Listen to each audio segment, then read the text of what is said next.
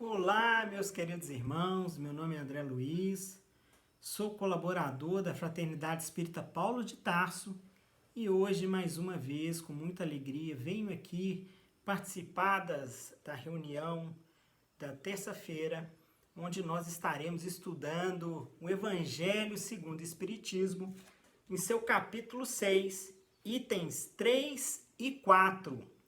Além disso, estaremos fazendo a leitura e estudando a questão 963 do Livro dos Espíritos.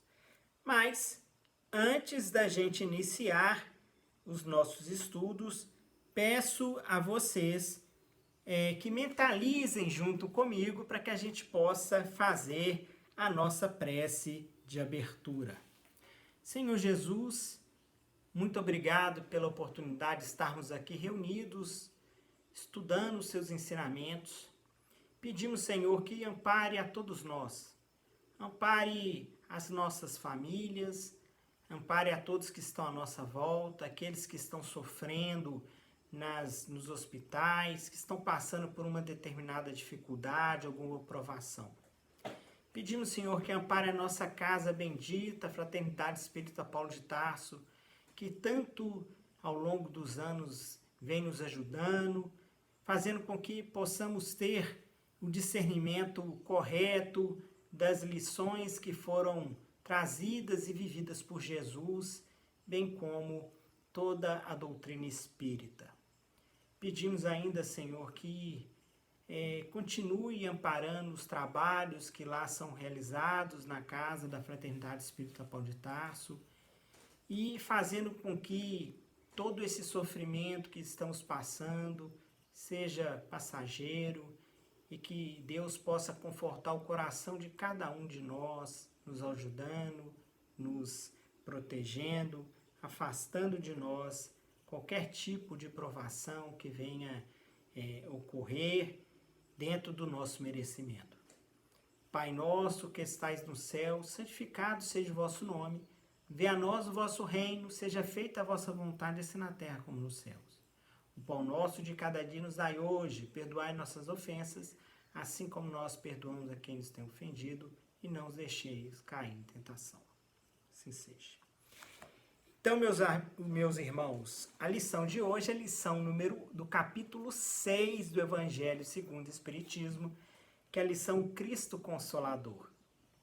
E o item que estamos estudando é o Consolador Prometido. Tem duas passagens que eu vou fazer a leitura, que primeiro é uma passagem do Evangelho de São João, e em seguida são as explicações desse Evangelho de São João trazidas por Allan Kardec.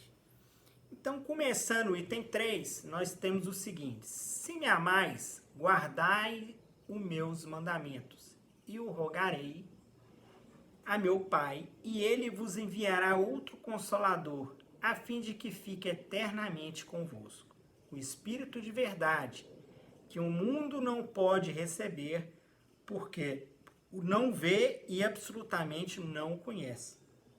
Mas, quanto a vós, conhecê-lo-eis, porque ficará convosco e estará em vós, porém, Consolador, que é o Santo Espírito, que meu Pai enviará em meu nome, vos ensinará todas as coisas e vos fará recordar tudo o que vos tenho dito.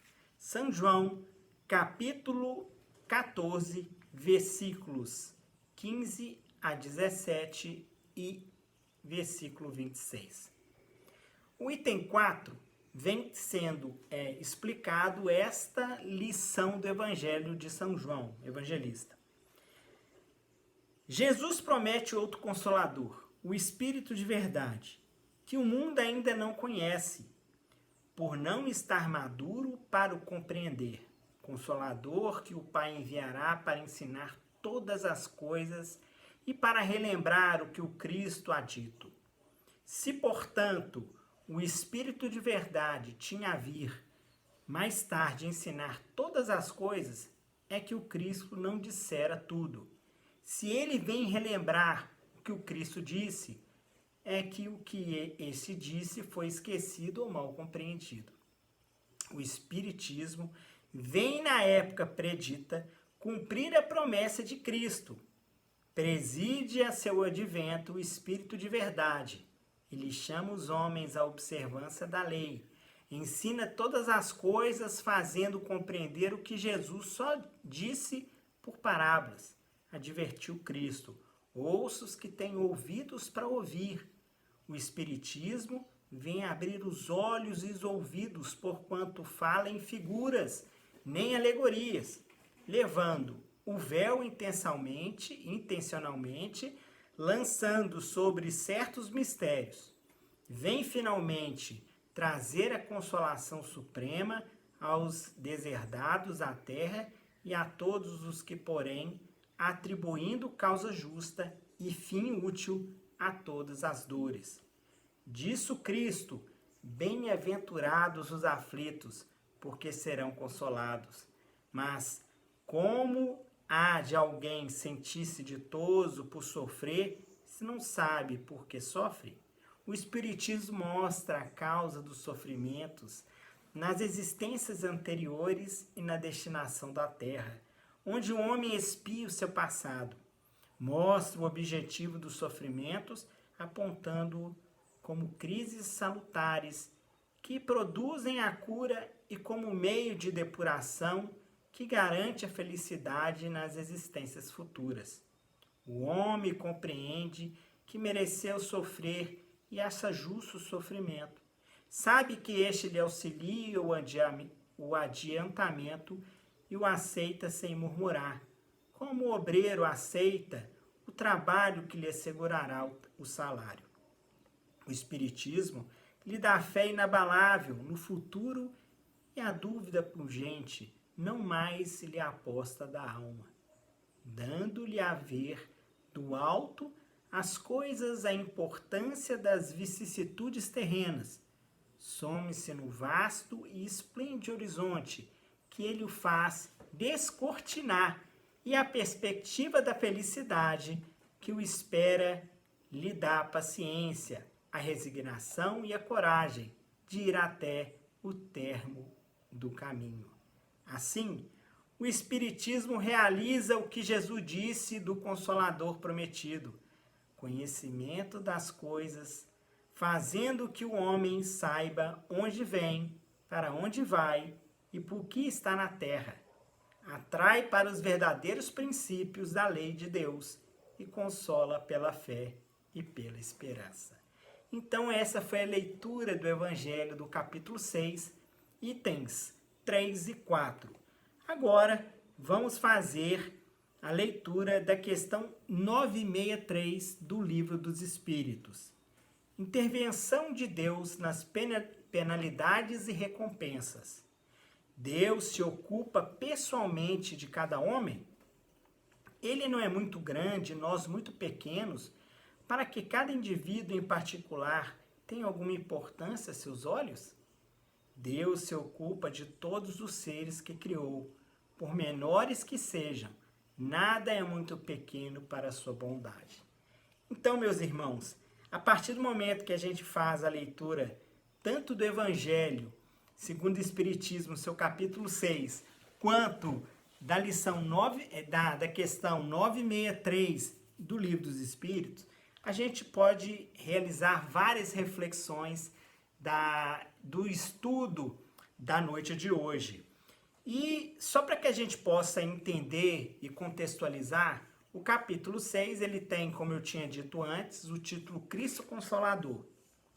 E no início do capítulo, ele tem o item 1 e 2, onde tem o subtítulo, o jugo leve.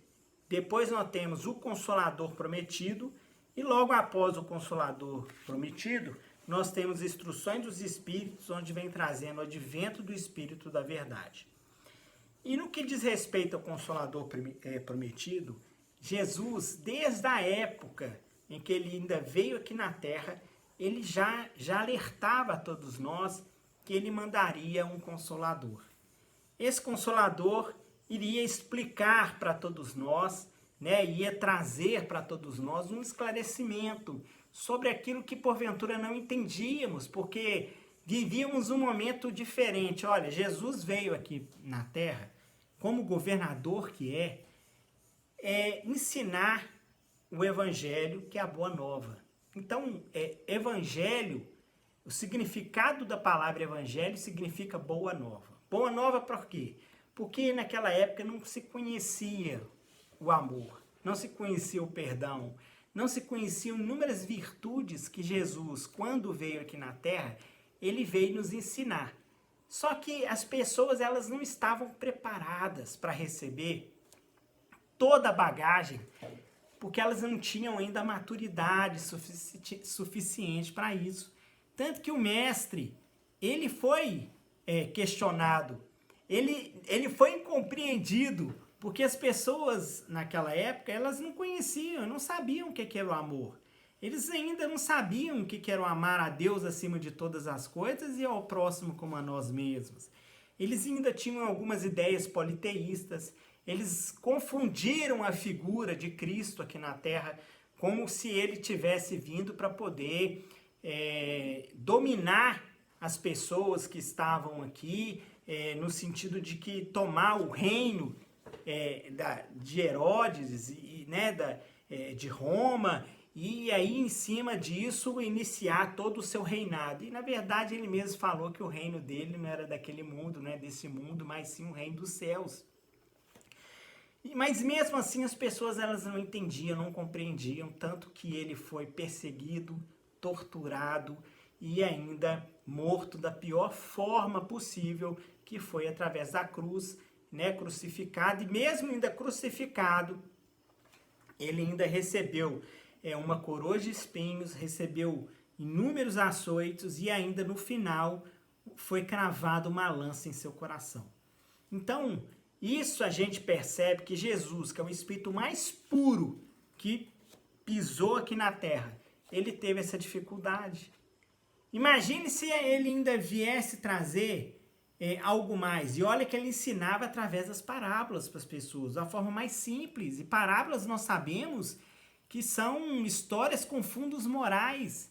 Então, a partir do momento em que você ensina através de uma parábola do filho pródigo, ou através de outra parábola, para poder, da figueira, para poder demonstrar o que era certo e o que era errado, e para poder levantar reflexões daquela época, e mesmo assim essas reflexões por muitas pessoas foram incompreendidas, tanto que aconteceu o que aconteceu com o mestre, a gente via que de fato a população, a sociedade na época não tinha ainda uma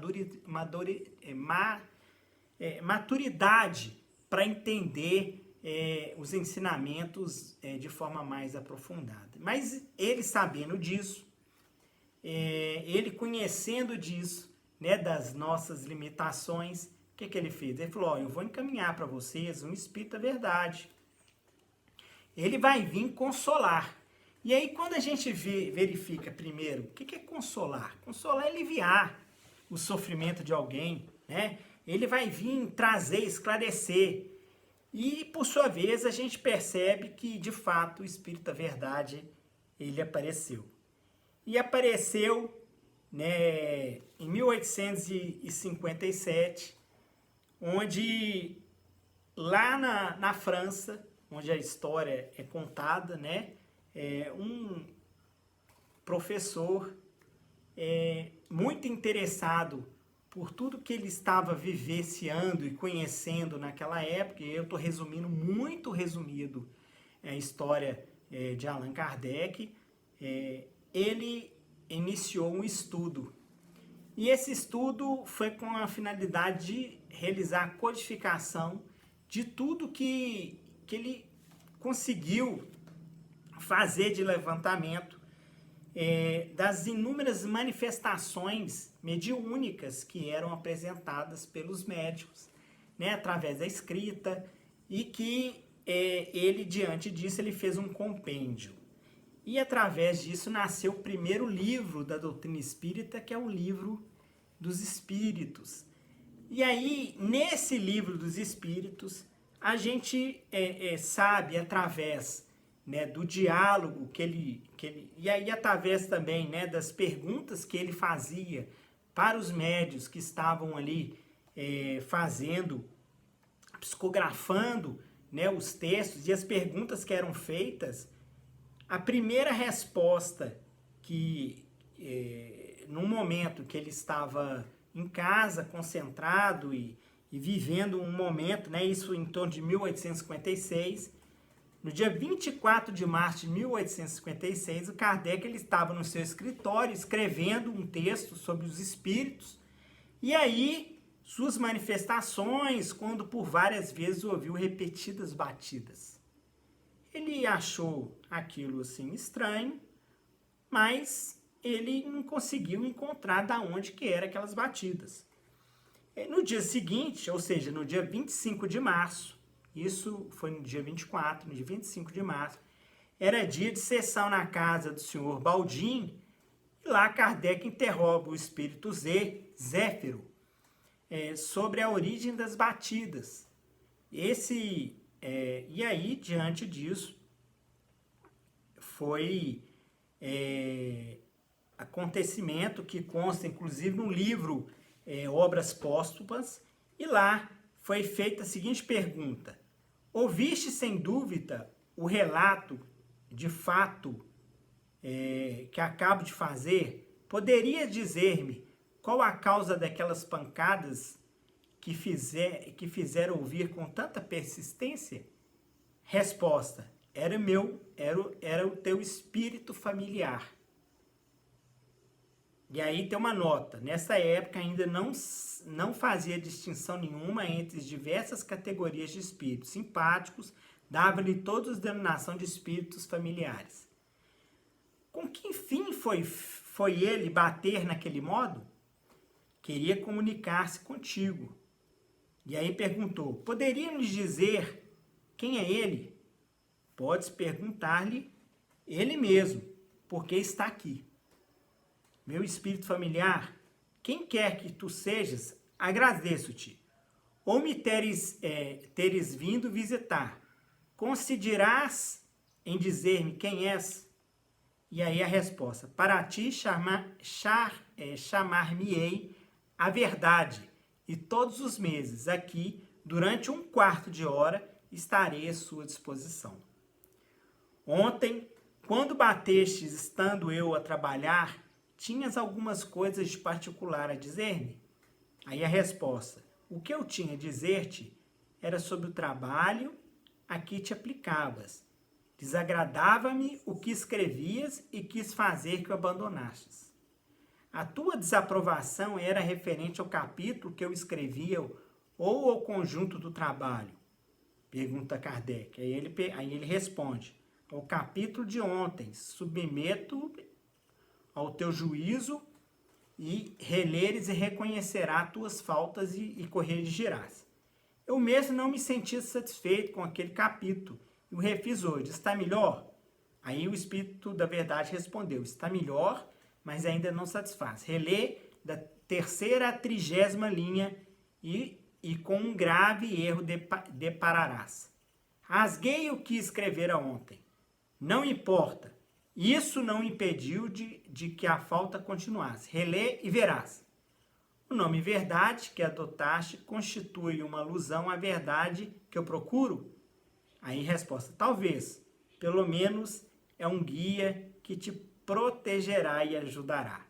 Poderei evocar-te em minha casa? E aí ele respondeu: sim, para te assistir pelo pensamento.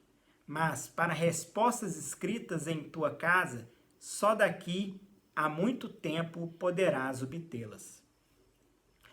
Poderias vir mais a miúde, e não apenas de mês em mês? Sim, mas não comprometo senão uma vez mensalmente, até nova ordem. Pergunta: terás animado na Terra algum personagem conhecida? Aí ele respondeu: já te disse que para ti só a verdade. Isto para ti quer dizer discrição, nada mais saberás a respeito. E esse trecho está no livro Obras Póstumas, A Minha Presença e Iniciação do Espiritismo, meu guia espiritual Allan Kardec. Então, aqui, nesse diálogo que ele tem com o Espírito da Verdade, se inicia toda essa trajetória do Consolador prometido. E conforme a gente pôde ver e trazido, né, e foi apresentado aqui no Evangelho, a gente percebe o seguinte, meus irmãos, que Jesus, há mais de 2000 anos, falou: vou encaminhar para vocês o Espírito de verdade, para poder esclarecer. E aí Jesus, de fato, quando ele traz, ele promete esse Consolador, né, com isso, ele possibilita que a doutrina espírita ela surja, e ele possibilita ainda que vários ensinamentos, várias questões, vários questionamentos fossem esclarecidos. Fato esse que não tinha condições de ser feito naquela época. E aí a gente lembra que o Kardec, né, em 1856, era um momento, né, onde vários pensadores estavam surgindo na França e no mundo, e isso ajudou e auxiliou bem antes a França como berço desses pensadores, e nada melhor do que a partir do momento em que Kardec inicia todo o seu estudo, inicia toda a sua trajetória. Ele foi inclusive perseguido naquela época pela igreja, foi inclusive avisado que ele estava fazendo algo que ia gerar vários transtornos para a vida dele, e que a partir de então, se ele iniciasse aquela trajetória, ele teria consequências. Ele inclusive foi ameaçado, mas ele, com muita fé, ele continuou a sua trajetória, e com isso o Espiritismo ele vem à época segundo o próprio Evangelho, e além de religião, ele é filosofia e ciência. Por quê? Porque o Espiritismo ele trouxe para todos nós, de forma muito clara e evidente, várias questões sobre vidas futuras que nós sabemos e que o próprio Evangelho vem trazendo. Ele dá uma possibilidade para que todos nós que estamos aqui encarnados possamos entender o sofrimento de uma forma mais apaziguada, fazendo com que o nosso coração possa entender os motivos pelos quais nós estamos vivendo esse sofrimento. Ele dá garantias de que o sofrimento é transitório, ele não é eterno. Ele demonstra para todos nós que não é à toa que nós estamos com a família em que nascemos aqui na Terra. Ele explica que as famílias são famílias, né, aquelas que nós temos aqui na Terra, que são famílias que podem fazer parte, tanto aquelas pessoas queridas que fazem parte da nossa família espiritual, como também credores, por conta do que? Das dívidas que nós temos do passado, e o Espiritismo mostra isso para todos nós. Mostra a necessidade de termos, né, a caridade como salvação para a nossa vida, mostra da necessidade de amar a Deus acima de todas as coisas e ao próximo como a nós mesmos, mostra da necessidade de lutarmos contra os nossos defeitos, porque sabemos que somos imperfeitos, que estamos aqui na Terra por um motivo. O Espiritismo, ele é a nossa bússola, ele faz com que possamos viver a nossa vida de uma forma mais tranquila diante do esclarecimento, mas ao mesmo tempo muito será cobrado de quem muito recebeu, e a partir do momento que nós temos esse esclarecimento, nós também aumenta as nossas responsabilidades, e com isso faz com que a gente a todo momento precisamos realizar as nossas ações, ter atenção e vigilância diante de tudo que nós fazemos. E esse resumo que eu apresentei para vocês de uma forma muito singela, porque é muito mais complexo, e aí é um convite para que os senhores possam estudar e aprofundar ao longo do Livro dos Espíritos e o próprio Evangelho no seu capítulo 6, de uma forma mais aprofundada. Isso pode, a minha intenção é gerar e provocar isso para todos vocês. Mas tudo isso que eu contei para vocês só foi possível porque temos a intervenção de Deus. Deus, com sua bondade, né, com a sua ele vem trazendo para todos nós essas possibilidades. Sem a permissão dele, nada disso seria possível. E aí a gente percebe que, de fato, o questionamento do Livro dos Espíritos 963, ele vem mostrar isso para a gente. Né? Deus se ocupa pessoalmente de cada um, mas ele não é muito grande, nós muito pequenos, para que cada indivíduo em particular tenha alguma importância a seus olhos. E aí, resposta espetacular: Deus se ocupa de todos os seres que criou, por menores que sejam. Nada é muito pequeno para a sua bondade, e é verdade. Diante de tudo que nós temos e vivemos, diante de toda a história da humanidade, diante de várias situações que estamos vivendo da nossa vida pessoal, como em sociedade, nada acontece sem a permissão de Deus. E Ele sempre está como um pai bondoso que é, querendo o melhor para os seus filhos. Ele autoriza que aconteça algumas situações para que a gente possa acordar, para que a gente possa viver, sentir, para que a gente possa ter o livre-arbítrio. Mas, ao mesmo tempo, Ele não nos desampara, Ele sempre está dando as possibilidades, né? O dom da vida, a possibilidade da reencarnação. Ele possibilita que temos o dom da inteligência, para que a gente possa aprender, para que a gente possa nos esclarecer, evoluir. Ou seja, tudo é possível em razão de Deus. E a gente só sabe disso tendo em vista que o Espiritismo ele pôde ampliar os nossos horizontes através, né, de tudo que foi trazido através da codificação por Kardec, bem como foi codificado por Kardec, bem como foi escrito psicografado por Chico Xavier, e sem a permissão de Deus, nada disso seria possível. E aí, meus irmãos, com o intuito de esclarecer um pouquinho mais aqui esses nossos ensinamentos e, quem sabe, ilustrar essa passagem de hoje, trago para vocês uma lição do livro Escrínio de Luz, que foi psicografado por Chico Xavier e escrito por Emmanuel. E essa lição é a lição denominada Ante o Cristo Consolador. Inicia Emmanuel falando da seguinte forma: nas consolações e tarefas do Espiritismo, é necessário que o coração vibre acordado em sintonia com o cérebro, para que não venhamos a perder valiosas oportunidades no tempo. Ou seja, olha a importância que o tempo tem na nossa vida.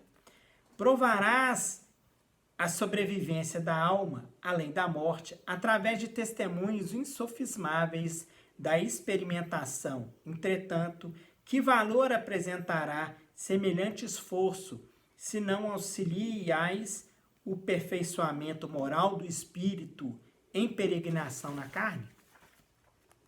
Movimentará as equações filosóficas, anunciando à mente do povo os espíritos da reencarnação. Contudo, que adiantarão teus acertos se não ofereces ao próximo os recursos indispensáveis à sublimação da vida interior?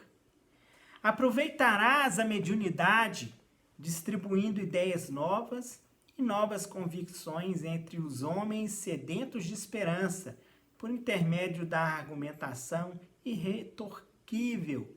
No entanto, de que servirá o interesse fortuito nas revelações graciosas, se não despertas a noção de responsabilidade naqueles que te observam e ouvem? Realizarás as melhores demonstrações científicas, positivando a vida consciente em outros mundos, em outras esferas de ação. Todavia, de que valerás semelhante empreendimento se te não dispõe a ajudar o pedaço de chão em que nasceste, contribuindo de algum modo na construção da terra melhor? E por isso que quase sempre espiritismo sem cristianismo é simples empresa intelectual destinada a desaparecer no soverdouro de caprichos da inteligência. Não se entrelaçariam dois mundos diferentes para o simples trabalho da pesquisa ociosa ou do êxtase inoperante. Não se abririam as portas do grande além para que o homem se enfatizasse da irresponsabilidade ou da inconsequência. Cristo é o ponto de equilíbrio em nosso reencontro. Espíritos desencarnados e encarnados, todos nós achamos em degraus diferentes da escada evolutiva. Sem Jesus, estaríamos confinados à sombra de nós mesmos e sem a disciplina do seu evangelho de luz e amor, com todas as pompas de nossa fenomenologia convincente e brilhante, não passaríamos de consciências extraviadas e irrequietas a caminho do caos. Então, meus irmãos, a lição de Emmanuel, ela mostra para todos nós que, de fato, a origem de tudo foi Cristo, e o Espiritismo, ele simplesmente vem complementar aquilo que tudo iniciou com a chegada do Mestre aqui no mundo, aqui na Terra. E a base da doutrina espírita é o cristianismo, onde aquilo que nós tivemos a oportunidade de ver no Evangelho, segundo o Espiritismo aqui no item 3, onde fala: estarei encaminhando outro Consolador, a fim de que fique eternamente convosco, o Espírito de verdade, que o mundo não pode receber, porque o não vê-o absolutamente não conhece. Mas quanto a vós, conhecê-lo-eis, porque ficarás convosco e estará em vós. Porém, o Consolador, que é o Santo Espírito que meu Pai enviará em meu nome, vos ensinará todas as coisas e vos fará recordar tudo o que vos tenho dito. Então, meus irmãos, com essas lições, eu encerro aqui a minha participação, pedindo que Deus continue nos amparando, nos protegendo, e passo a palavra para nossa irmã, Dona Luzia, continuar os estudos da noite de hoje. Muito obrigado e que Deus nos ampare.